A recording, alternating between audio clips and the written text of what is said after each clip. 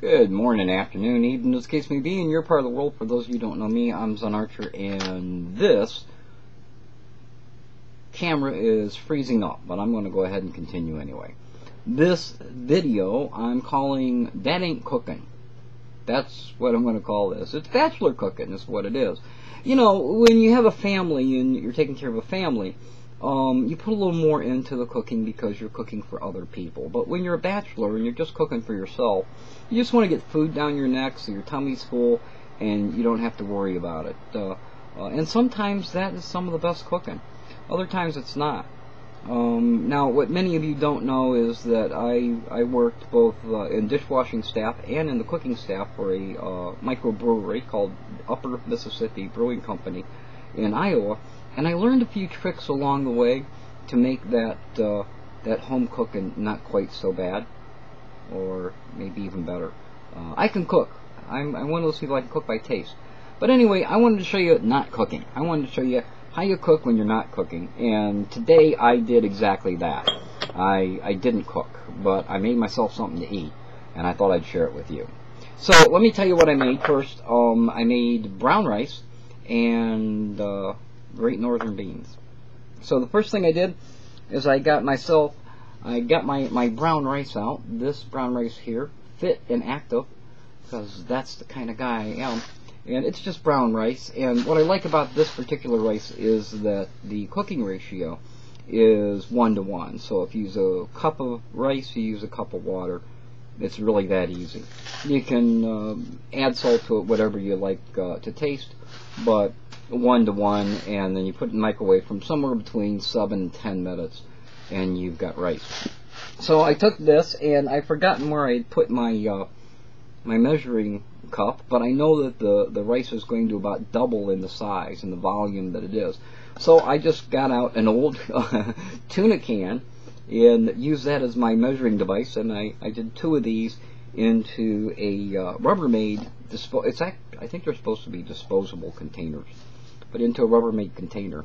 And I put 2 cans of rice, 2 cans of water in there, put it in the microwave, covered for 10 minutes, and then after it cooks, then you leave it for another 2 so that the rice will absorb the water that's in it.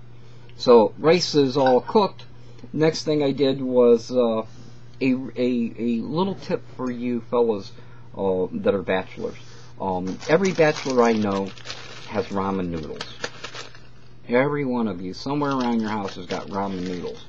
So what you do is, if you don't have beef bouillon or chicken bouillon, you open up a ramen noodle, and the little packet that's inside, it usually has more in the packet than you need for the ramen noodle. So I tear it open, and I put about half of the packet in my brown rice. And I put the packet back in here. I'll have that with the noodles at another time. So rice is seasoned and all ready to go. Also, one of the other things that I added, that I add to most of my dishes, is a little bit of garlic pepper.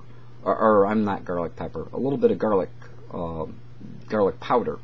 I put garlic powder in just about everything. It adds something to the dish. It's good for your heart.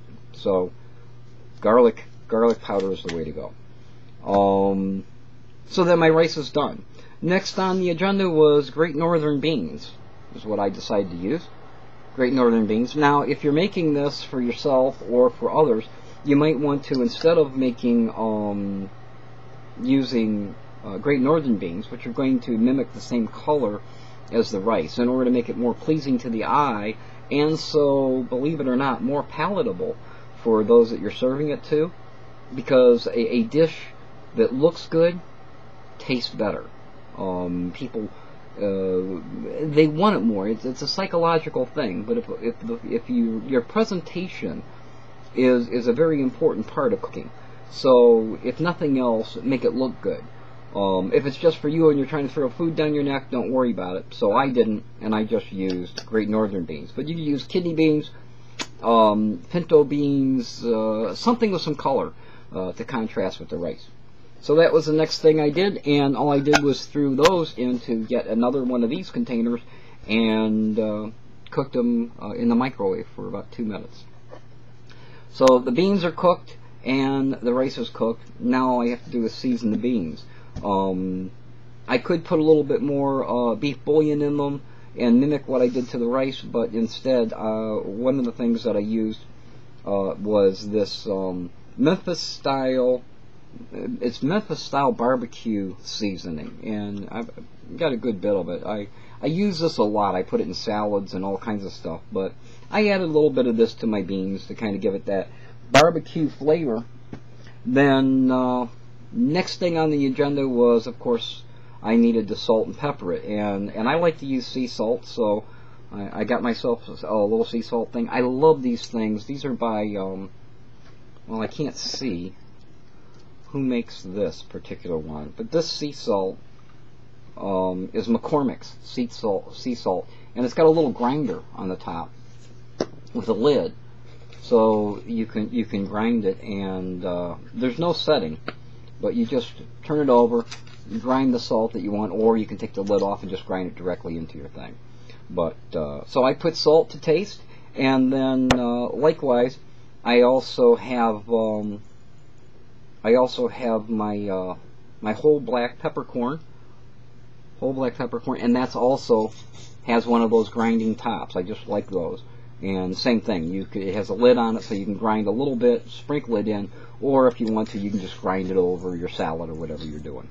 So sea salt, a little peppercorn, and then I put a little bit of lemon peel in just to add a little zest, and garlic powder, of course. Now, if I wanted to make it hot, if I wanted to add some spice to it, some friends of mine and I were in video chat the other day, and we were talking about when you go to restaurants and fast food places, picking up the little packets and tossing them in your glove compartment or wherever. Well, I do that, and I take them home sometimes, and I always have a pack or two of Wendy's chili sauce around, so that adds a little heat to it. But in addition to that, if I really want to make it hot, I've got some crushed red pepper, and the crushed red pepper really does the trick. This has got a lot of seeds and stuff in it. It's really good. So I added all of that to, without the pepper or the chili sauce, I added that to the Great Northern beans, and mixed everything around, tasted it. It needed a little something more. It needed a little more zest to it, and the lemon peel wasn't doing it. So I went out and got my lemon juice. Got my bottle of lemon juice, and took about a cap of that and put into the beans, and that was exactly what it needed. Here's a little tip for you when you're cooking, and cooking for yourself or cooking for someone else. If you don't know what it's going to taste like, or what seasoning to put in, take a bite of whatever it is that you're eating, and then while you're chewing it, take whatever spice you're thinking about putting in and smell it, and you will be able to tell what that spice is going to taste like on whatever it is that you're eating. And so you can decide if that's something you do or you don't want in the meal. And it's an easy way to kind of test it without destroying something or getting too much on when you take a bite. Just smell it while you're taking a bite. Little tip for you from your Uncle Zen. So, yeah, so that's what I did. I ended up with brown rice and Great Northern beans in a container. I separated some of the rice because I'll just eat it by itself. I prefer white rice for breakfast and stuff like that. I'll make white rice, and I'll put maybe a little bit of milk in there and a little sugar, and I eat it like a cereal. But for cooking and meals, I prefer brown rice, and so I do that. And there's so many things you can do with rice. You know, rice is a staple. Rice and beans is a staple in so many different cultures, in Mexican culture, in Asian culture, in so many places. Rice and beans is a staple. I will even do a rice with the pepper flakes in it and the hot sauce in it, and then I will put that next to shrimp, and I'll do kind of a whole Cajun little thing going on, or some blackened fish, or that kind of thing, crawdads. So there's so much you can do with rice and beans. It pays for you. They're not expensive. It pays for you to have it around, and it's a good fast meal to fill your tummy. So there you go. This is my this in my bowl is cold now, but this is my brown rice and Great Northern beans. One of the things that I will tell you is if you're making it for somebody else, if you're going to do a potluck or something like that, instead of using the Great Northern beans, go with something that has a little more color to it. Use a kidney bean, for instance, so that you have the contrast of the red bean along with the brown rice, and it makes it pleasing to the eye. Then you can throw some sprigs of parsley in. You can even toss a little bit of celery in there. I like to take the leaves off the celery and put in instead of parsley sometimes. And that can make the meal. Of course, with rice you can do anything. You can add green pepper, onion, that kind of stuff. But there you go. That Ain't Cookin' by ZenArcher. Another little tip for you that has nothing to do with the beans and rice and stuff is if you eat applesauce, if you're somebody who enjoys applesauce, try some nutmeg in your applesauce. Just sprinkle a little bit in. And I also put nutmeg in my coffee, but it gives it a special something that is unlike anything else. So nutmeg is a good idea for applesauce.